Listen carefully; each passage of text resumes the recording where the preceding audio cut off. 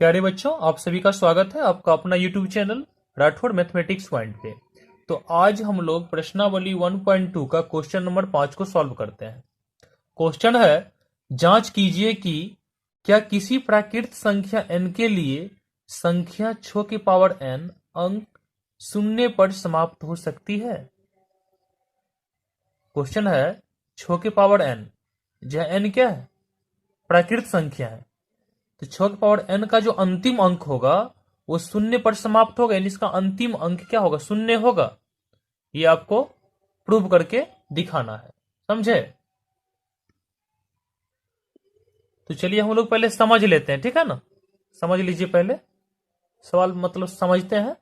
6 की power n है, ठीक है ना, और दे रखा है कि n क्या है, n एक प्राकृत संख्या है। प्राकृत संख्या n के लिए n आपका प्राकृत है, तो प्राकृत जानते हैं कहां शुरू होता है, 1 से। तो 1 2 3 4 5 6 हो सकता है, इस तरह होगा ना। तो 6 की पावर n, आप देखिए यदि n का मान 1 लीजिएगा तो इसका मान कितना आ गया, 6 आ गया। यदि n का मान 2 लेते हैं, 6 की पावर 2, 6 गुना 6 कितना आएगा, 36 आएगा। यहां देखिए इकाई अंक क्या है, यहाँ 6 है ना।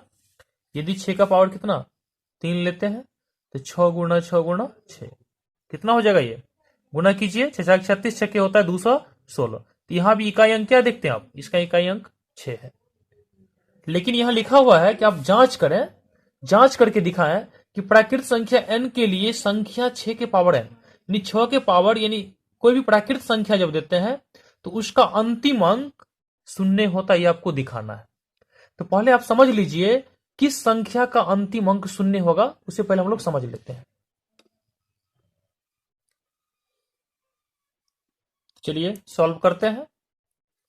पहले यह समझ लीजिए, लिख लेते हैं। जिस संख्या जिस संख्या के अभाज्य गुणनखंडों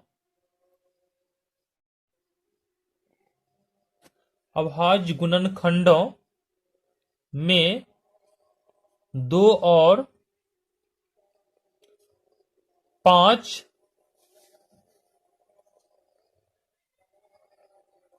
अनिवार्य रूप से उपस्थित हो, वह संख्या 0 पर समाप्त होती है। यानी कहने का तात्पर्य यह है कि जिस संख्या के अभाज्य गुणनखंडों में, किसी संख्या का अभाज्य गुणनखंड कीजिए, यदि उसके अभाज्य गुणनखंड में 2 और 5 अनिवार्य रूप से उपस्थित हो, यानी उसमें 2 और 5 हो, तो उस संख्या का इकाई अंक जो होगी, लास्ट वाला अंक जो होगा वह शून्य होगा, वो शून्य पर ही समाप्त होगा। यानी उसका अंतिम अंक, अंतिम संख्या क्या होगा, शून्य होगा, समझे। उसका अंतिम अंक क्या होगा, शून्य होगा। ये सॉल्यूशन है क्वेश्चन का। इस तरह बोर्ड में भी सॉल्व करना है, क्वेश्चन पूछे तो आपको, ठीक है। इस तरह लिखिएगा ना तो काफी अच्छा मार्क देगा। तो देखिए, तो यहां 6 के पावर n है, तो आप लिखिएगा 6 के पावर n इक्वल टू क्या होगा, इससे हम तोड़ लेते हैं। तो 6 को जो गुणनखंड कीजिएगा तो 2 गुना क्या होगा, 3 होगा। 2 3 6 होता है, इसका पावर क्या है, इसका पावर n है। इसे लिखिएगा इस तरह, 2 का पावर n हो जाएगा गुना 3 का पावर क्या हो जाएगा, n हो जाएगा। अब यहां देखिए आप, ये अद्वितीय गुणनखंड है, यानी 5 का गुणनखंड होगा क्या, आपको शून्य प्राप्त करना है लास्ट में। इसके लिए गुणनखंड में क्या होना चाहिए, 5 होना चाहिए। क्या 5 आप, क्या 5 जो है, 5 ये 5 जो है 6 का गुणनखंड हो सकता है, बिल्कुल नहीं होगा। होगा, नहीं होगा। लिखिएगा 6 के पावर n के अभाज्य गुणनखंडों में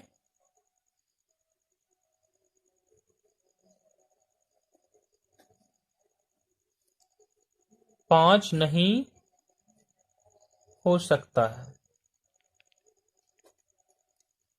अतः 6 के पावर n किसी भी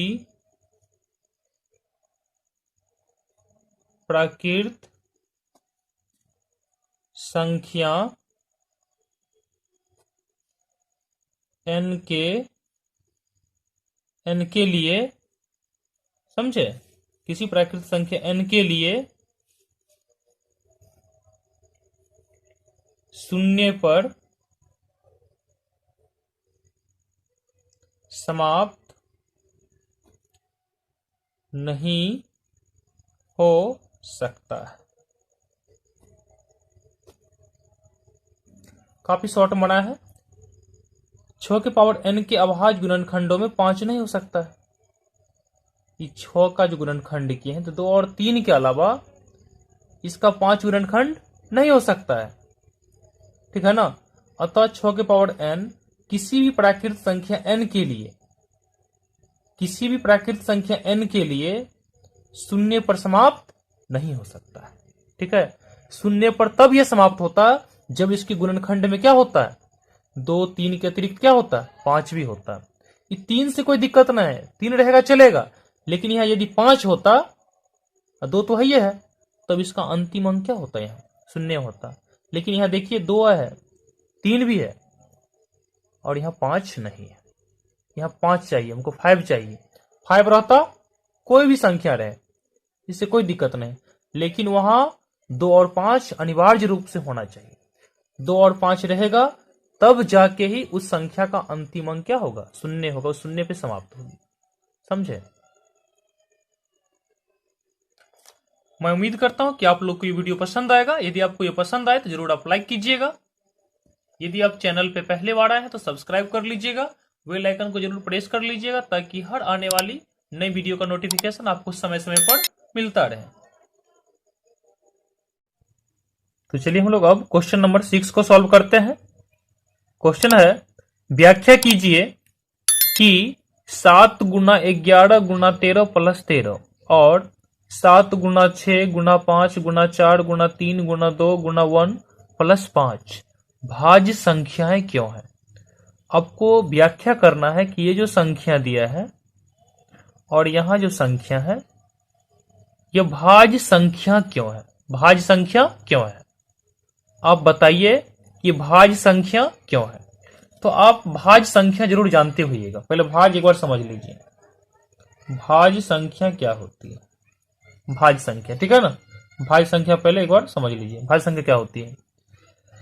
वैसी संख्या जो स्वयं से 1 से तो कटे ही, इसके अतिरिक्त किसी दूसरी संख्या से भी कटे, स्वयं और 1 के अलावा किसी दूसरे संख्या से कटे, वो संख्या क्या कहलाती है, भाज्य कहलाती है। क्या कहलाती है, भाज्य कहलाती है।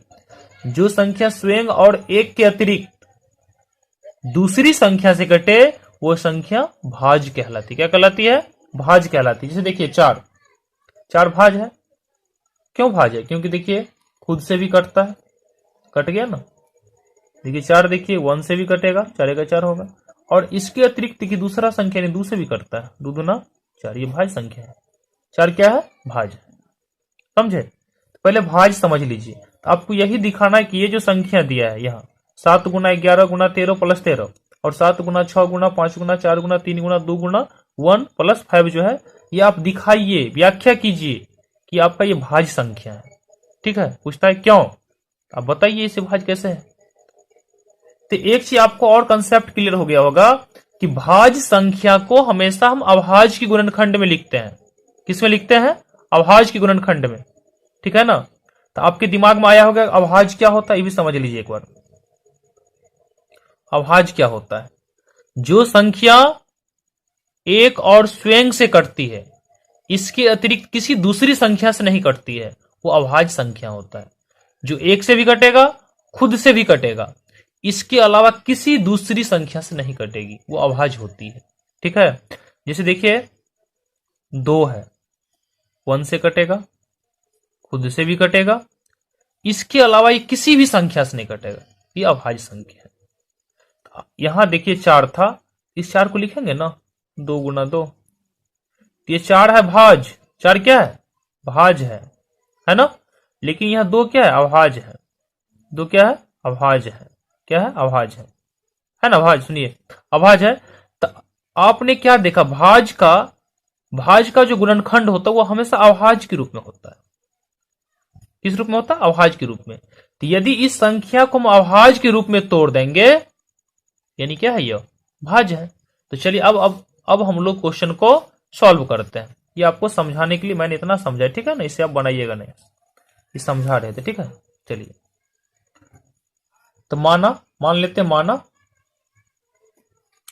इतना को ए मान लेते, ठीक है ना। माना ए इक्वल टू 7 गुना 11 गुना 13 प्लस 13 तथा बी इक्वल टू मान लेते हैं 7 गुना 6 गुना 5 गुना 4 गुना 3 गुना 2 गुना 1 प्लस 5, ठीक है, इतना मान लिए। अब देखिए, अब हम लोग क्वेश्चन को सॉल्व करते, ठीक है ना। इतना मान लिए, देखिए ए इक्वल टू मान चुके, कितना मान चुके हैं, 7 गुना 11 गुना 13 प्लस 13। यहां देखिए 13 यहां भी दिख रहा है, यहां प्लस है, 13 यहां भी है। 13 को आप कॉमन ले सकते हैं, कॉमन लेंगे तो क्या बचेगा, 7 गुना 11 गुना यहाँ 1 बचेगा ना, अब प्लस क्या हो जाएगा, 1 हो जाएगा। इसे तोड़ लीजिए, 13 11 को 7 से गुना कीजिएगा, 11 सत्ते कितना, 77 होता है। इसको 1 से करेंगे 77 होगा। 77 को क्या करेंगे, इसमें 1 जोड़िएगा, तो 13 गुना 77 आई कितना होता है, 78 होता है ना। अब देखिए जो 78 है, इससे हम लोग क्या करते हैं, इसे हम लोग अब तोड़ लेते हैं, ठीक है। 78 क्या करेंगे, तोड़ लेते हैं, गुणनखंड कर लें। आपको ज्यादा दिक्कत हो तो गुणनखंड ऐसे 2 से लगाइए, कितना होगा, 2 तिया 6 उतर गया 1 39, फिर लगाइए 3 से, 13 तिया 39, क्या हो गया, 13 गुना 13 था, है 2 गुना 3 गुना 13। इस 78 के बदले में लिखेंगे 2 गुना 3 गुना 13 लिखेंगे। अब यहां पर देखें आप, अभी आपको मैंने भाज और अभाज समझाया है। 13 देखिए अभाज संख्या है, 1 से कटेगा खुद से कटेगा, 2 भी अभाज है, 1 से कटेगा खुद से कटेगा, 3 भी अभाज है, और 13 तो बताइए दे अभाज है ना। यहाँ पे सभी अभाज संख्या है, और आपको मैंने यहां समझाया कि भाज को हमेशा अभाज की गुणनखंड में लिखा जाता है। तो ये जो अभाज संख्या है ना, अभाज संख्या की गुणनफल के रूप में लिखा गया है। तो इसीलिए इसको जो गुणा कीजिएगा तो कुछ मिलेगा ना, एक संख्या, उसी को ना ए माने हैं, जिसका वैल्यू होगा वो क्या होगा, इसीलिए वह भाज संख्या, क्या होगा, वह भाज संख्या। तो आप लिखे चूंकि इस संख्या को हम ए मान चुके हैं, इसका कुछ ना कुछ मान निकलेगा ना, इसी को ना ए माने हैं। चूंकि ए अभाज गुणनखंडों का गुणनफल है, चूंकि ए अभाज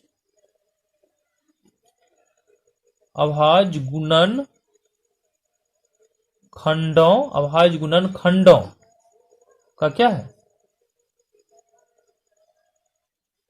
गुणनफल है ना, अभाज गुणनखंडों का गुणनफल है। अतः यह एक भाज संख्या, क्या है ये, भाज संख्या, समझे। चलिए दूसरा सॉल्व करते हैं। देखिए b इक्वल टू क्या दिया है, दूसरा है, पुनः लिख लीजिए, क्या है, b इक्वल टू कितना है, 7 गुना 6 गुना 5 गुना 4 गुना 3 गुना 2 गुना 1 प्लस 5 दिया है ना। इसमें दूसरा क्वेश्चन है, इसको आपको दिखाना है। यहां देखिए क्या कॉमन आ रहा है, यहाँ बीच, यहाँ प्लस है, इधर 5 है और यहाँ भी 5 है, 5 कॉमन ले सकते हैं, तो क्या बचेगा, 7 गुना 6 गुना यहाँ 1 बच जाएगा, कॉमन लिए, गुना 4 गुना 3 गुना 2 गुना 1 तो ही है, प्लस 1 आएगा ना, 5 कॉमन लिए हैं इसलिए। तो इसे चलिए गुना कर लेते हैं,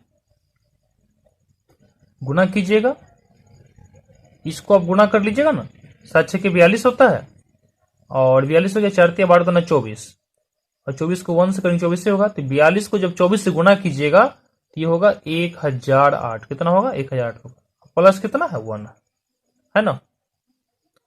लिखिएगा 5 गुना क्या होगा, दोनों को जोड़ लेंगे तो 1009 हो जाएगा ना, 1009 हो गया। देखिए ये संख्या जो 1009 है ये भी किसी संख्या से नहीं कटेगा, एक और स्वयं के अलावा किसी भी दूसरी संख्या से नहीं कटेगी, समझे। तो इसीलिए आप लिखिएगा, चूंकि बी जो है आपका, ये बी अभाज्य गुणनखंडों का गुणनफल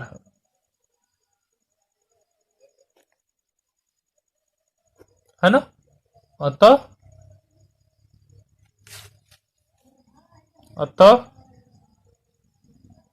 यह एक भाज्य संख्या है। क्या है ये? भाज्य संख्या है, समझे। इस तरह बना लीजिएगा। चलिए अब क्वेश्चन नंबर 7 को सॉल्व करते हैं। किसी खेल के मैदान के चारों ओर एक वृत्ताकार पथ है। इस मैदान का एक चक्कर लगाने में सोनिया को 18 मिनट लगती है। कितना लगता है? 18 मिनट लगता है।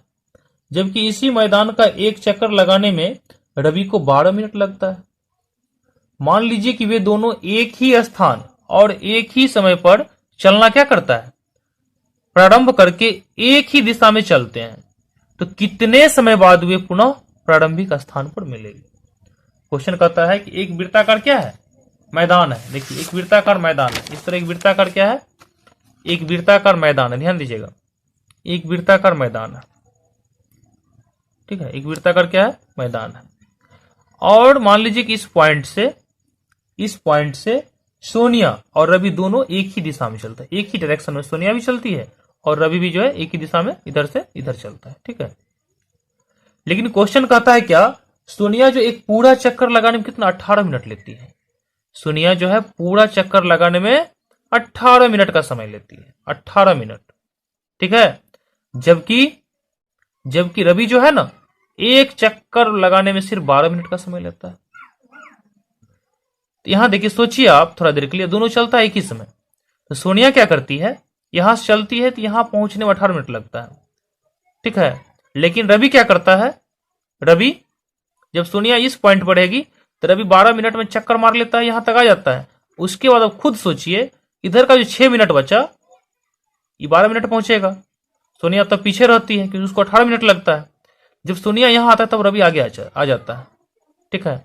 और इस तरह से उसका डिफरेंस जो है होते होते होते कभी फिर एक बिंदु क्या होती है, वो एक बिंदु कहते किसी एक स्थान पे आके वो मिल जाता है। तो क्वेश्चन कहता है कि कितने समय बाद वे पुनः प्रारंभिक स्थान पर मिलेंगे। फिर से वह जिस स्थान से चला उसी स्थान पे आके मिलेगा। तो ऐसे क्वेश्चन का, इस तरह की क्वेश्चन को सॉल्व करने के लिए आप बेहिचक इसका एलसीएम लघुत्तम ज्ञात कर ले, क्वेश्चन आसानी से सॉल्व हो जाएगा। चलिए हम लोग क्वेश्चन को सॉल्व करते हैं।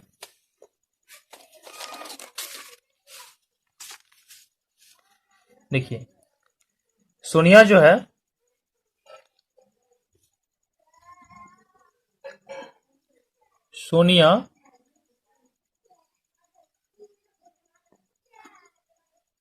के द्वारा एक पूर्ण चक्कर लगाने में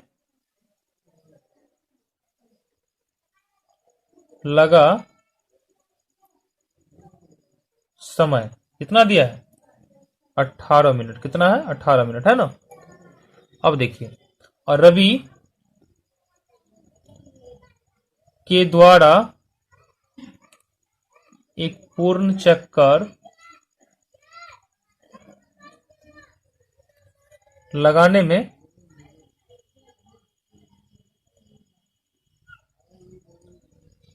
लगा समय इक्वल टू कितना है? 12 मिनट है ना। रवि जो 12 मिनट में एक पूर्ण चक्कर लगा लेता है, जबकि सोनिया एक पूर्ण चक्कर को लगाने में 18 मिनट का समय लेती है।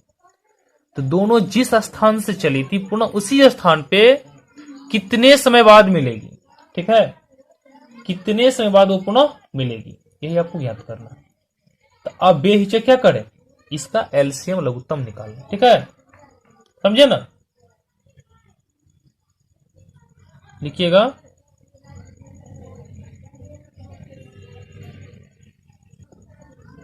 लिखिएगा उतने समय बाद मिलेगी, समझे, उतने समय बाद मिलेंगे जो 18 और 12 का क्या होगा, एलसीएम होगा। क्या होगा, एलसीएम होगा। तो चलिए इसका हम लोग से ज्ञात कर लेते हैं, एलसीएम ज्ञात कर लेते हैं, समझे। अब देखिए कितना, पहले 12 लिखा, 18 है ना, तो गुणनखंड विधि पढ़े हैं, गुणनखंड कर लीजिए। 2 गुना 3 गुना क्या आएगा, 3 आएगा ना इसका गुणनखंड।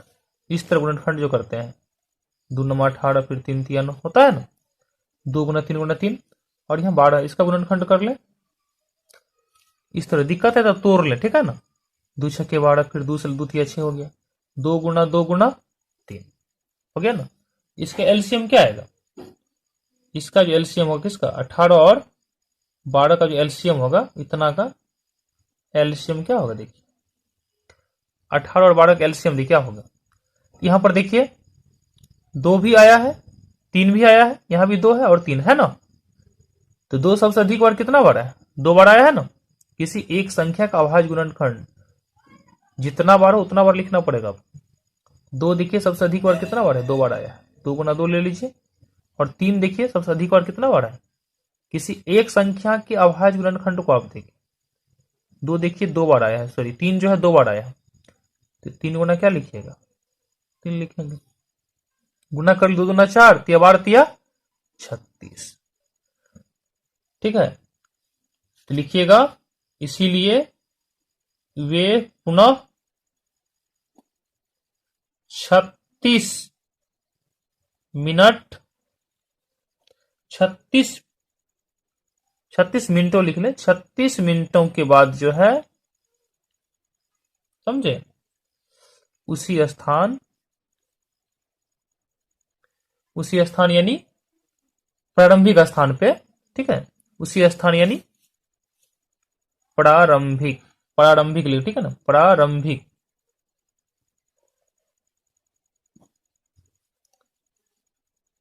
उसी स्थान पर मिलेंगे, समझे। वे पुनः 36 मिनटों के बाद जो है उसी स्थान प्रारंभिक स्थान पे मिलेंगे, प्रारंभिक के लिख ले, वे पुनः 36 मिनटों के बाद प्रारंभिक स्थान पे मिलेंगे, ठीक है। इसका एलसीएम निकाल लीजिए, बस इस तरह बना लीजिए, काफी अच्छा रहेगा, ठीक है। मैं उम्मीद करता हूं कि आप लोग को यह वीडियो जरूर पसंद आएगा, आप काफी अच्छे ढंग से समझ गए होंगे। तो आप जरूर, यदि आपको ये वीडियो पसंद आए तो जरूर आप लाइक कीजिएगा, यदि आप चैनल पे पहले बार आए तो सब्सक्राइब कर लीजिएगा, अपने साथी दोस्तों को अधिक से अधिक शेयर कीजिएगा, ताकि उन्हें भी समझने में काफी क्या हो, सहूलियत हो, किसी तरह की दिक्कत ना हो, वो आसानी से समझ जाए।